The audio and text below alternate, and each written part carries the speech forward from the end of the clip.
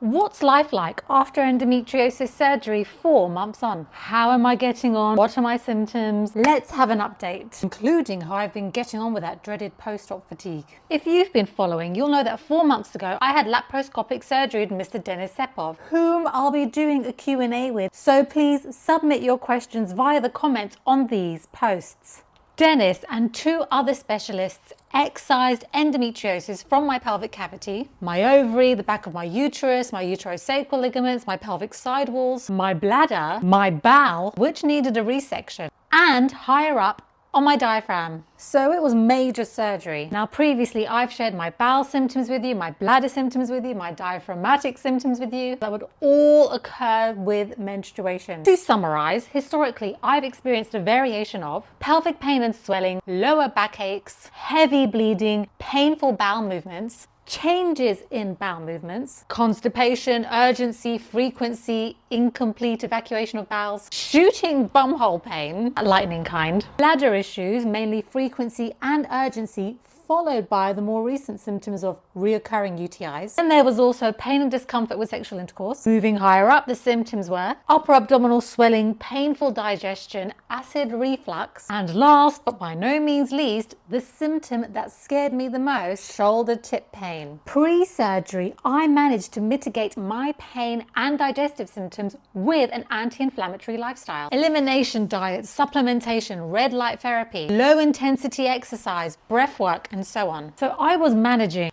no drugs, just lifestyle. And now I've finally had my endometriosis excised. It's been 4 months since my surgery, which is still too early to say anything conclusive, but I feel great. It didn't start that way though. My bowel and bladder have taken a while to settle. In the first 2 months after surgery, I would get this intense pelvic pain followed by the need to poop. Similarly, in the first 2 months with my bladder, I would have sensations of fullness and the feeling of urgency. My first period post-op was a bit of a mare. Triggered that bowel frequency to a level I've never experienced before. I would get sharp, crazy pelvic pain, followed by the need to go to the toilet. This occurred on the first 2 days of my period, after eating breakfast and after eating lunch. Luckily, I was able to have dinner in peace. My second period was a walk in the park in comparison. Some very mild pelvic and lower back pain only. I would say a level 2 or 3 max out of 10 on the pain scale. My third period was a bit more painful, probably going up to about 5 out of 10. I actually hadn't taken my PEA supplement for 6 weeks. Basically, I'd ran out and I wanted to see if I would feel a difference if I stopped. And I did, hence the new full pack. Constantly needed to wear my hot water bottle on me, front, back, doubled up,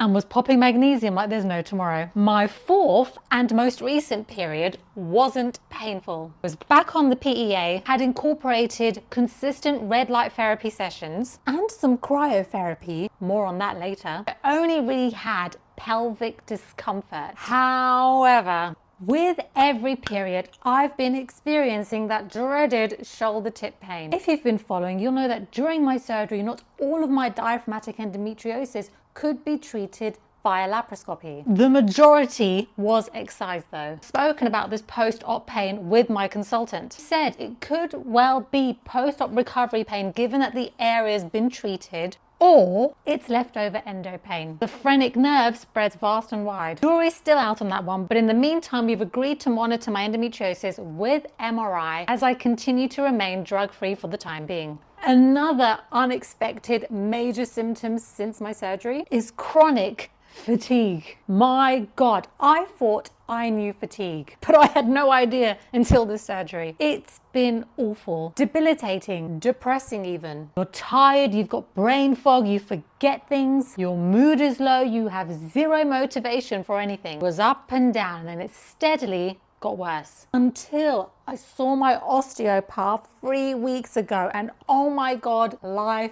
changing. So I decided to see a women's health osteopath from 3 weeks post-op. I personally think that osteopathy is underrated and that women don't know enough about it. I didn't know much about it. So I'm thinking about doing a mini series with my osteopath so we can talk all things women's health. Let me know if that's something that's of interest. Other than all of that, I'm as right as rain. No more shooting lightning bum pain, no more cyclical nosebleeds, no more digestive symptoms, and my bladder has settled. And I don't put this purely down to surgery alone. Yes, it was major and transformative. I know that my lifestyle choices also play a major part. From food to stress management to exercise to red light therapy to osteopathy. Also want to talk about all things aftercare, seeing as most women via the comments are none the wiser, leaving hospital with zero aftercare advice. Do let me know if you think that will be helpful to learn about in the comments.